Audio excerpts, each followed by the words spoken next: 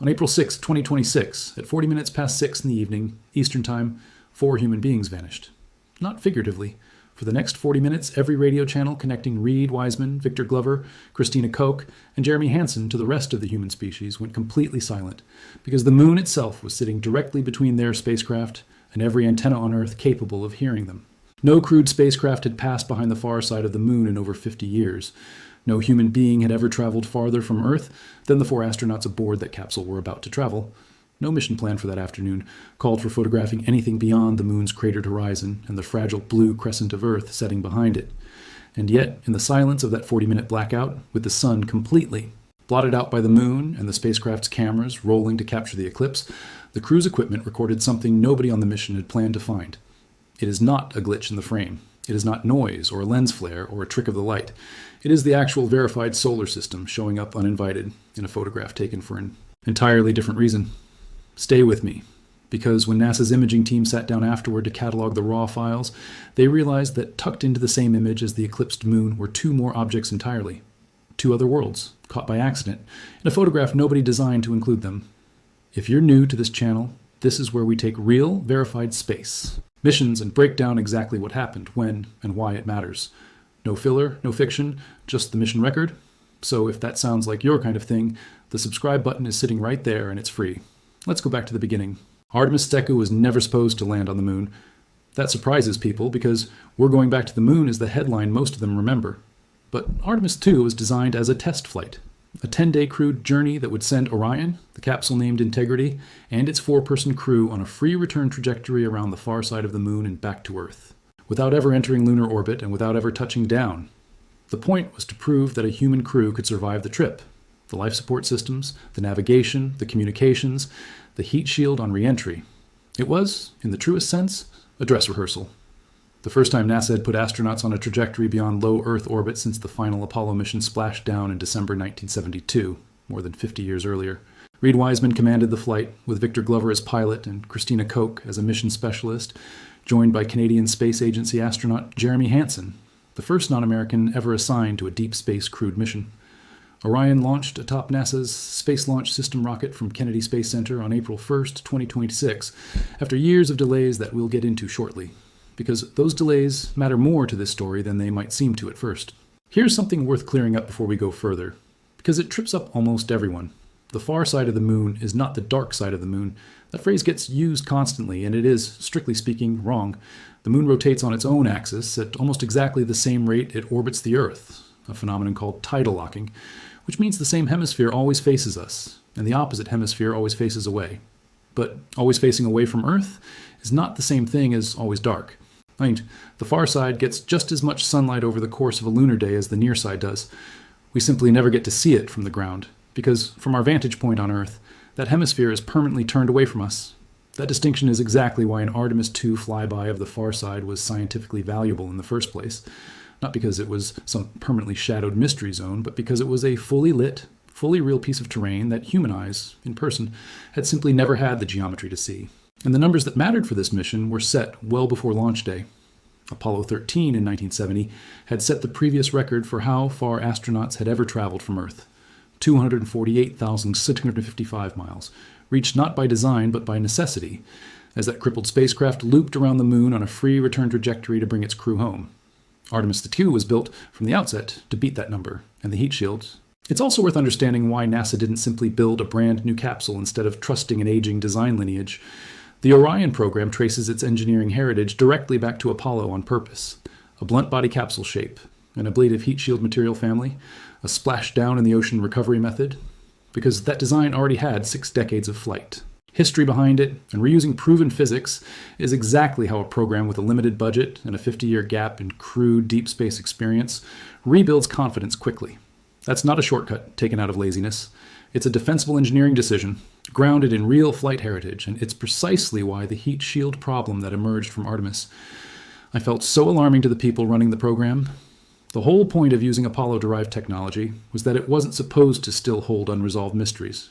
Now to the flyby itself, because this is where the mission earns the word historic. On April 6, 2026, Orion made its closest approach to the lunar surface, passing roughly 4,067 miles above the moon, around 7 in the evening Eastern Time. 2 minutes later, the crew broke the 56-year-old Apollo 13 distance record, reaching a maximum distance of 252,156 miles from Earth, the farthest any human being has ever traveled from home. Read that again. 2 minutes. That's how close together the closest approach to one world and the farthest distance from another happened, back to back on the same afternoon. During that same window, as Orion swung behind the moon's far side, the spacecraft passed into the moon's shadow at the exact moment the sun, moon, and Earth lined up almost perfectly, producing a genuine in-space solar eclipse, the moon fully blotting out the sun from the crew's point of view, its corona glowing faintly around the lunar limb. It lasted nearly an hour.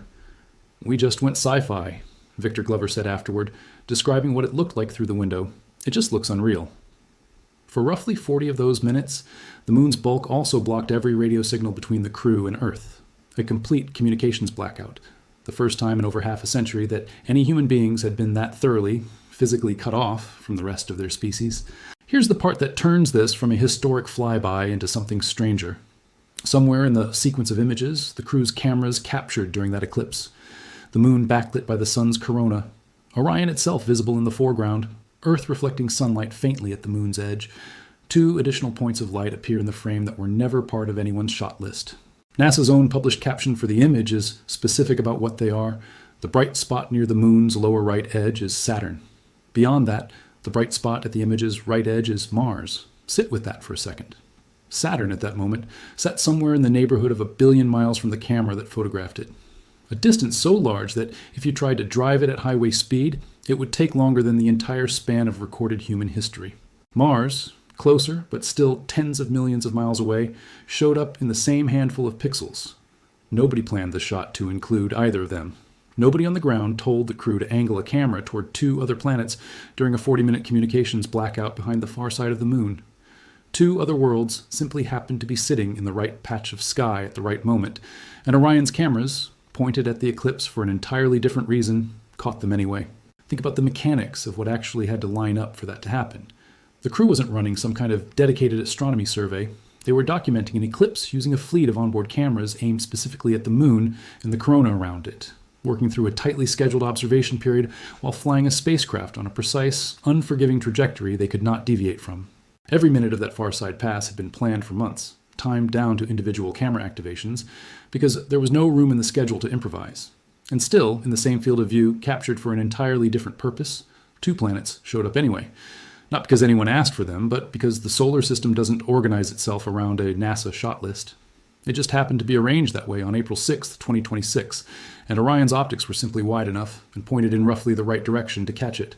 This is where the story stops being abstract. Every one of those 4 astronauts was, at that exact moment, farther from every other living human being than anyone in the history of our species has ever been, and in the same frame meant to document an eclipse. Their equipment quietly recorded evidence of just how small that record-breaking distance actually is on a solar system scale. 252,000 miles felt for one afternoon in April 2026, like the outer edge of human achievement.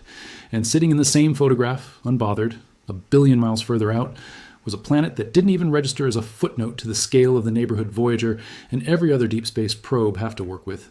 It's a reminder embedded, almost accidentally, in the mission's own archive. The record you just broke and the universe you're actually standing in are not the same size at all. But before any of that flyby ever happened, this mission nearly didn't happen at all. And the reason is one of the more genuinely tense engineering stories in recent spaceflight history.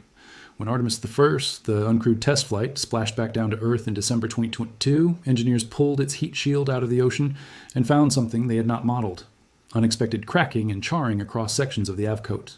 Material in patterns that didn't match the ground testing that was supposed to have predicted exactly how the shield would behave. For a spacecraft with 0 backup system for its heat shield, nothing redundant, nothing to fall back on if it failed during a crewed re-entry, this was as close to a program-halting problem as NASA gets. Here's where it gets worse. By the time engineers understood what had gone wrong, the actual physical heat shield already built and installed on the Artemis II capsule, identical in design to the flawed one, could not simply be swapped out. Replacing it with a redesigned shield would have delayed the first crewed Artemis mission by 18 months to 2 years. NASA had, in effect, 2 paths forward: rebuild and lose years, or understand the failure well enough to fly the same hardware safely and lose only months. Investigators spent roughly 2 years chasing the answer, poring over diver imagery, sectioning recovered pieces of the shield in laboratories, and running fresh material through ArcJet facilities designed to simulate the blistering heat of atmospheric re-entry on the ground in a controlled setting over and over, trying to reproduce the exact failure they'd found in the ocean. Eventually, they traced the problem to gas trapped inside the Avcoat coating during the skip re-entry maneuver Artemis I had used, a trajectory where the capsule dips briefly into the atmosphere, rises back out, and dips again like a stone skipping across water, to shed speed gradually and land with more precision. That skip, it turned out, allowed the shield's outer layer to cool and reseal between dips, trapping gas beneath the surface that then built up pressure and cracked the material from the inside. Rather than redesign the physical heat shield, NASA's engineers proposed something almost counterintuitive. Change the flight path instead. Skip the skip, fly a steeper, more continuous descent, closer to a single loft than a true skip, that would keep the shield's surface hot. Enough, consistently enough, that the gas would vent normally instead of pooling beneath a resealed crust. Not everyone was convinced. Charles Camarda, a former NASA astronaut and engineer, wrote a public letter to the agency's administrator, warning that NASA didn't yet fully understand the root cause well enough to bet a crew's life on a modified trajectory, describing the plan bluntly as playing Russian roulette. NASA's leadership disagreed, standing by their 2 years of testing, simulation, and ground analysis, and Reid Wiseman himself said publicly that if the crew stuck to the new re-entry path exactly as planned, the heat shield would fly safely. On April 10, 2026, after nearly 10 days in space, Orion screamed back into Earth's atmosphere at roughly 25,000 miles per hour, reaching temperatures near 5,000 degrees Fahrenheit, threading the modified re-entry path with no redundancy and no second chance, and splashed down safely in the Pacific Ocean off the coast of San Diego. Post-flight inspection, carried out by Navy divers within hours of splashdown, found the char loss on the shield significantly reduced compared to Artemis I, smaller, less severe, consistent with the ground testing engineers had used to justify the flight in the first place. Here's what's happening right now in the months since that splashdown. NASA has shipped the recovered Artemis II heat shield to Marshall Space Flight Center in Huntsville for further scanning, wanting a more detailed understanding of exactly how the material performed before committing that same design, or a modified one, to future flights. Meanwhile, the next mission on the calendar has quietly changed shape. Artemis III was originally supposed to be the mission that finally put American astronauts back on the lunar surface for the first time since 1972. In February 2026, even before Artemis II had launched, NASA announced that plan was being restructured after the Space Launch System rocket intended for that next flight ran into its own hardware problems, including hydrogen leaks and helium flow issues that pushed back Artemis II's own launch date earlier in the year. Rather than attempt an actual moon landing next, Artemis III has been reworked into an orbital test flight, a crewed Orion capsule launching into Earth orbit to practice rendezvousing and docking with two competing lunar landers currently under development, one from SpaceX, built on their Starship vehicle, and one from Blue Origin, called Blue Moon. Whichever company proves its lander works first will carry the actual astronauts down to the surface, not on Artemis III, but on the mission after it. It's an unusual, almost humbling kind of sequel to a record-breaking mission. Instead of immediately reaching for the biggest possible next step, NASA restructured its own flagship program around the honest admission that the hardware needed for an actual landing simply wasn't going to be ready on the original schedule, and that flying a docking rehearsal first was safer than forcing a landing attempt onto equipment that hadn't yet proven itself. And that gives us a real, locked, forward-facing date to watch. Separately, Blue Origin has proposed a cargo-only Pathfinder test landing of its Mark I lander later in 2026, currently wrapping up vacuum chamber testing at NASA's Johnson Space Center, a lower-stakes rehearsal that, if successful, could see a second Mark I lander carry NASA's Viper rover to the lunar South Pole by late 2027 to search for water ice, well ahead of any crewed landing attempt. Before any human being sets foot back on the lunar surface, NASA requires an uncrewed demonstration landing of the SpaceX Starship human landing system on the moon itself. No astronauts aboard. Purely a proof that the vehicle can land safely on the rugged terrain near the lunar South Pole. That uncrewed test is currently slated for no earlier than June 2027. Only after that milestone, along with the completion of the Artemis III docking rehearsal, does NASA's own public timeline call for an actual crewed lunar landing, currently targeted for no earlier than September 2028, as part of the Artemis IV mission, according to NASA Administrator Jared Isaacman's own revised schedule announced earlier this year. Count forward from where we are right now, and that landing sits roughly 2 years out.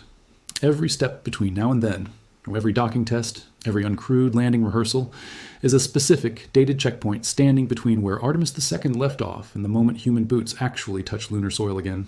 Now, the honest part, because this story doesn't wrap up as cleanly as the highlight reel suggests, NASA's own image captions from the April 2026 flyby were quietly revised 2 days after release, on April 8, 2026, with the agency noting the update reflected ongoing scientific observations and discussion about the images, a small, easy-to-miss admission that even the agency's own team was still working through exactly what its cameras had captured in those first days after the flyby.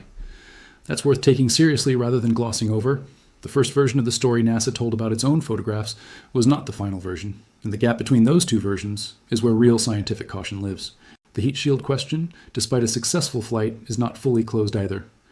NASA's post-flight data shows the char loss was reduced and consistent with predictions, which the agency is treating as validation of its modified trajectory.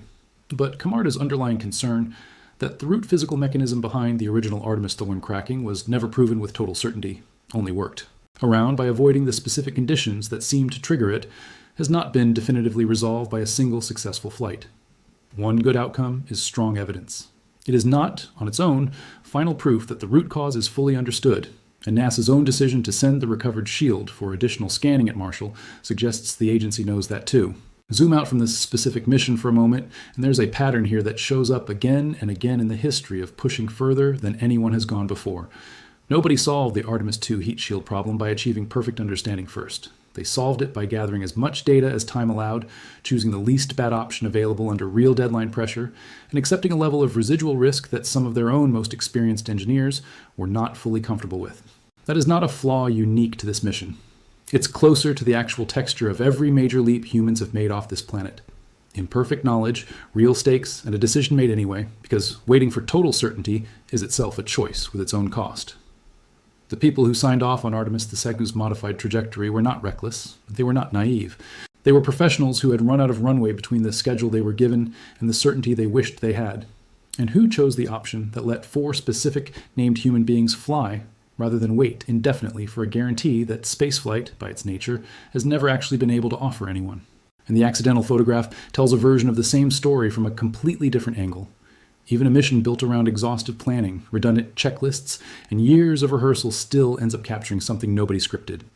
Saturn and Mars did not care about NASA's shot list. They were simply there, doing what planets do, and Orion's cameras happened to be pointed in the right direction, at the right second to notice.